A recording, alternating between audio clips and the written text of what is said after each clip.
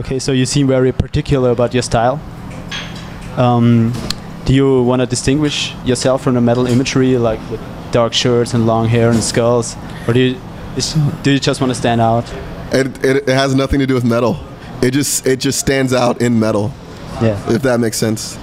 It does, of course. Like the way I dress in the metal context seems like very strange, and it's as if I'm deliberately trying to be unmetal, but I'm an individual outside of like what metal looks like. Yeah, know? And I don't think of Animals Leaders in terms of metal. It's not really metal to me. It's something else. It's something in the it has some metal. It's pretty aggressive. Yeah, it's heavy. It's heavy. We like metal. I think metal is a great genre because there's so many subgenres. You're allowed to basically do what you want, more or less. Yeah. There's Motorhead, then there's the Dillinger Escape Plan, then there's, you know what I mean? There's so many different varieties of quote-unquote metal without stretching the definition of the word. As far as like my personal style, I like creativity in all of its manifestations, more or less. So like, whether it's literature or food or clothing, like I like individuals who are kind of expressive or doing something unique. So this is what attracts me universally. So in music, I try to be an individual, and with my clothing, I try to be an individual.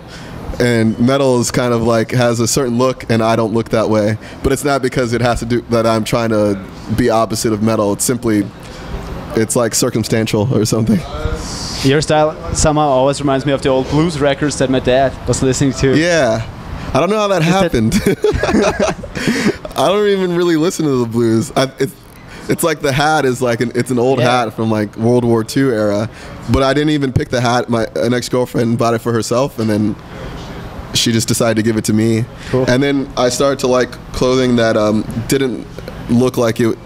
I don't know how to explain this, like timeless clothing, or I just think there's been so many expressions of what men and women should wear, but then there's certain standards that don't seem to go out of fashion, and so they seem more timeless.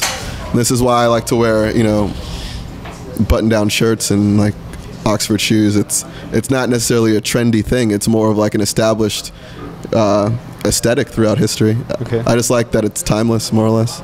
Cool. So, when it comes to guitar playing, what is more important for you? Is it technique or the feeling? If you had to choose one. I mean, it's hard to dissect. You got both. So. Thank you. I mean, it becomes difficult if you're developing technique because you need to focus on that, and sometimes like you end up not. There might be a period of your development where technique is very attractive to you, and then you might be considered a technical player, but it's only because you're trying to develop technique. Like that is your focus. It doesn't mean you're devoid of emotion. It just means that at that moment in time you're developing a particular part of your playing. Technique is necessary to convey anything on the guitar, and so for me, learning technique was just another, or techniques. It's like I have more tools to get my musical ideas out.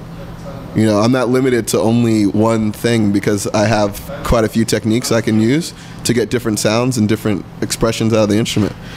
So feel is like, music should create a feeling inside of you, whether it's technical or a ballad or like, you know, it's just the separation comes from a developing player who's kind of focusing on one part of his playing and might temporarily forget the importance of like another side of the playing. Okay. So when you're writing a song, where do you draw your inspirations from? Do you need like a setting to get creative, or? No, I don't. Creativity is weird for me because I don't really understand why it's there and why it isn't there. So there are times where I can write a song every day, and then there are times where I seem to not be able to create anything that I think is good. And I don't seem to have any control over any of this. Sometimes if I receive a good album, like someone else's music can inspire me because of the ideas present. It might be like, wow, that's really cool. And then it creates a motivation in me to kind of start writing my own stuff. But for the most part, there's nothing specifically that influences me to create as much as like other people's music, honestly. Okay. So there's that, but then there's also like sometimes when I'm writing, I can think of like books that I've read or maybe even experiences that I had. I don't necessarily write songs that are deliberately expressing a feeling or but sometimes that stuff does enter the picture, but it's very like abstract. It's not a very specific process for me. Okay. So. Okay, cool. So, if you had to describe the meaning of music to you in your life in one word, what would it be? The meaning of music? I guess emotion. Or expression. Okay. Expression's probably better. Expression of the emotion.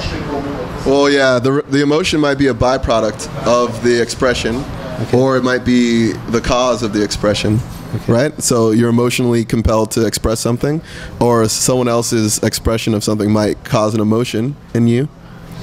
But either way, music is communicative, and I think it's directly dealing with emotions and expressing those emotions. So one of those two words. Okay. Okay. Thank you so much, Tosin. It was a pleasure and an honor to talk to you. Right on, man. So great. When are we going to see you again here in Europe? I don't know. Any plans? Yeah, we've had a great time here. The shows have all been great. A lot of metal fans, or whatever it is that we are. So I think we'll be back sooner than later. Cool. Yeah. Great.